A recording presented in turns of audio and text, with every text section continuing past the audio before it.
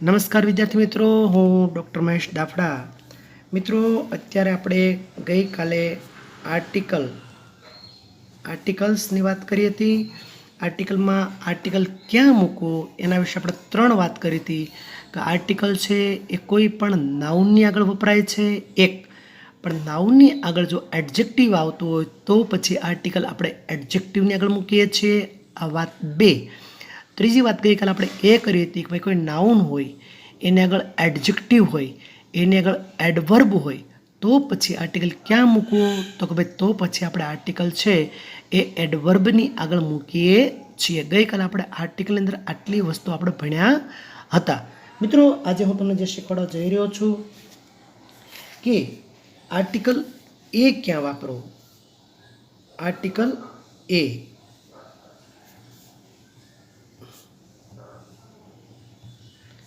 Article એનો ઉપયોગ તો સામાન્ય રીતે કોઈ પણ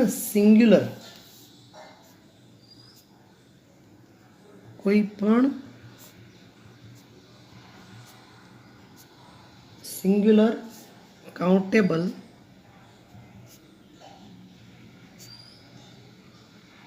નાઉન કોન્સોનન્ટ નાઉનમાં કોઈ કોન્સોનન્ટ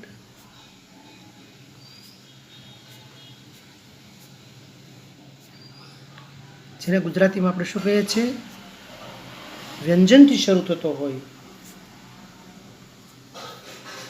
થતો હોય તો તેવા નાઉન આગળ આર્ટિકલ એ મૂકવામાં આવે છે. સમજાય છે? ફરી એકવાર સમજાય. કોઈ પણ સિંગ્યુલર કાઉન્ટેબલ નાઉન એ કોઈ પણ કોન્સોનન્ટ વ્યંજન જેને આપણે ઇંગ્લિશની અંદર કહીએ છીએ બી, સી, ડી, એફ, જી, આ બધા જે વ્યંજન છે, આ બધા કોન્સોનન્ટ છે, બી, C, D, F, G, H, આ બધા જે કોન્સોનન્ટ છે, અહીંયાથી કોઈ પણ નાઉન ચાલુ થતું હોય તો આવા નાઉનની આગળ આપણે આર્ટિકલ એ મૂકીએ છીએ. બરાબર? સમજાય છે? હવે વાત કરીએ આપણે એન. પછી આપણે આના ઉદાહરણો લઈશું મિત્રો. એનનો ઉપયોગ જરાક જોઈ લઈએ. હવે આપણે એનનો ઉપયોગ જોઈએ તો કોઈ પણ સિંગ્યુલર કાઉન્ટેબલ નાઉન, કોઈ પણ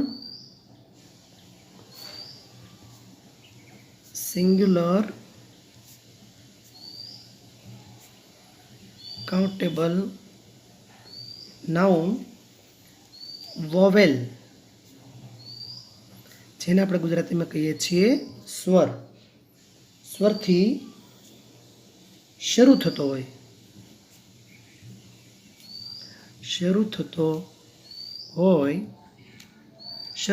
હોય તો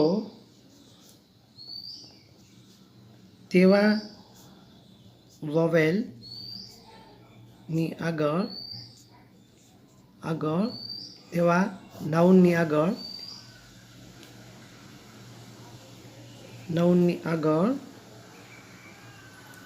આર્ટિકલ એન મૂકવામાં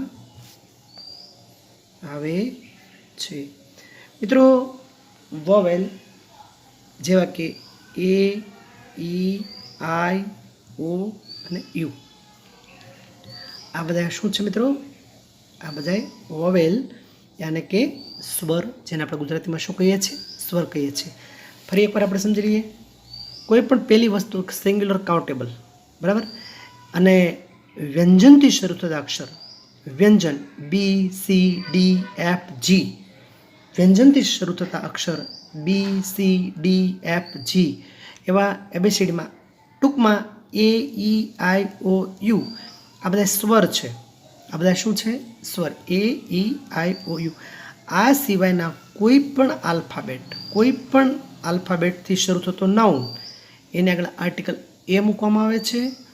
સમજાય છે મિત્રો?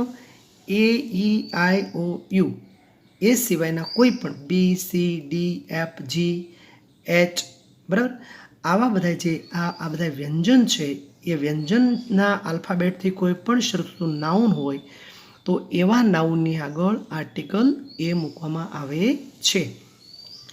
N, article an. હવે આર્ટિકલ એન ક્યાં મૂકશો મિત્રો? તો આર્ટિકલ એન કોઈ પણ સિંગ્યુલર કાઉન્ટેબલ નાઉન સ્વરથી શરૂ થતો હોય. સ્વર કેવો? તો કે એ ઈ આઈ ઓ યુ. આ જે છે એ અંગ્રેજીના સ્વર છે, એને કે વોવેલ છે. અંગ્રેજીના સ્વર છે એને કે વોવેલ છે. એનાથી જો શરૂ થતો હોય તો આની આગળ આર્ટિકલ શું મૂકવામાં આવે છે? એન આર્ટિકલ મૂકવામાં આવે છે. સમજાય છે મિત્રો? એ અને એન. કોઈ પણ અપવાદ કિસ્સા હોય એ આપણે પરિવાર જોઈ લઈશું.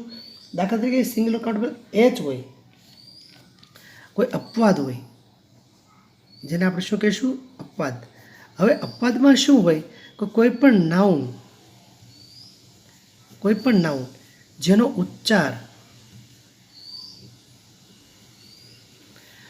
ઉચ્ચાર એ સ્વર જેવો થતો હોય તો એન આર્ટિકલ મૂકવો. દાખલા તરીકે આપણે ઉદાહરણ લઈએ, એક્ઝામ્પલ તરીકે આપણે લઈએ તો ઓનેસ્ટ. મિત્રો આ ઉદાહરણ ખાસ તમે જોજો. અહીંયા આ નાઉન છે એ શેનાથી ચાલુ થયું છે? તો એચ. હવે એચ જોવા જઈએ તો ખરેખર એચ છે એ આપણા વ્યંજનમાં આવશે. એચ છે એ ઈ આઈ ઓ યુ આપણા સ્વર છે. એ સ્વર સિવાય એચ જે છે એચ તો એ છે આપણા વ્યંજનમાં આવશે. તો આપણે અહીંયા આર્ટિકલ એ મૂકવાનું મન થાય, સ્વાભાવિક છે. પણ અહીંયા આપણે જે વિશેષણ છે ઓનેસ્ટ, એને આપણે ઓનેસ્ટ, એનો ઉચ્ચાર આપણે શું કરીએ છીએ? ઓનેસ્ટ. હવે આ ઓ છે ઓનેસ્ટ, તો ઓ એ રીતસરનું આપણને સ્વરથી શરૂ થતો હોય એવો ઉચ્ચાર અહીંયા થાય છે. તો અહીંયા આપણે ઓનેસ્ટ નહીં લખીએ, પણ આપણે એન ઓનેસ્ટ તરીકે આપણે લખીશું. સમજાય છે મિત્રો? શા માટે એ ન લખ્યો? કેમ કે આનો ઉચ્ચારથી ઓનેસ્ટ થાય. ઓ છે એ ગુજરાતીનો સ્વર છે અને સ્વર હોવાને કારણે આપણે એના આગળ એન આર્ટિકલ મૂકીએ છીએ. મિત્રો આ બધા અપવાદ કેસની આપણે સવિશેષ ચર્ચા આવતીકાલે કરીશું. પરંતુ મિત્રો હું આપને જે કંઈ ભણાવી રહ્યો છું એમાં મારા જ્ઞાનની મર્યાદા, મારા અભ્યાસની મર્યાદાને અનુલક્ષીને ભણાવી રહ્યો છું. કદાચ ક્યાંક ક્ષતિ ઉદ્ભવવાનો સંભવ બની રહે તો એટલા માટે કોઈ પણ સારા વ્યાકરણ ગ્રંથનો અભ્યાસ અવશ્ય કરજો. સવિશેષ ઉદાહરણો માટે પણ સારા વ્યાકરણ ગ્રંથનો અભ્યાસ અવશ્ય કરજો. મિત્રો કોરોનાના આવા કપરા કાળની અંદર આપણે સૌ સ્વચ્છ રહીએ, સ્વસ્થ રહીએ અને ઘરમાં જ રહીએ એવી પ્રાર્થના સાથે ભારત માતા કી જય.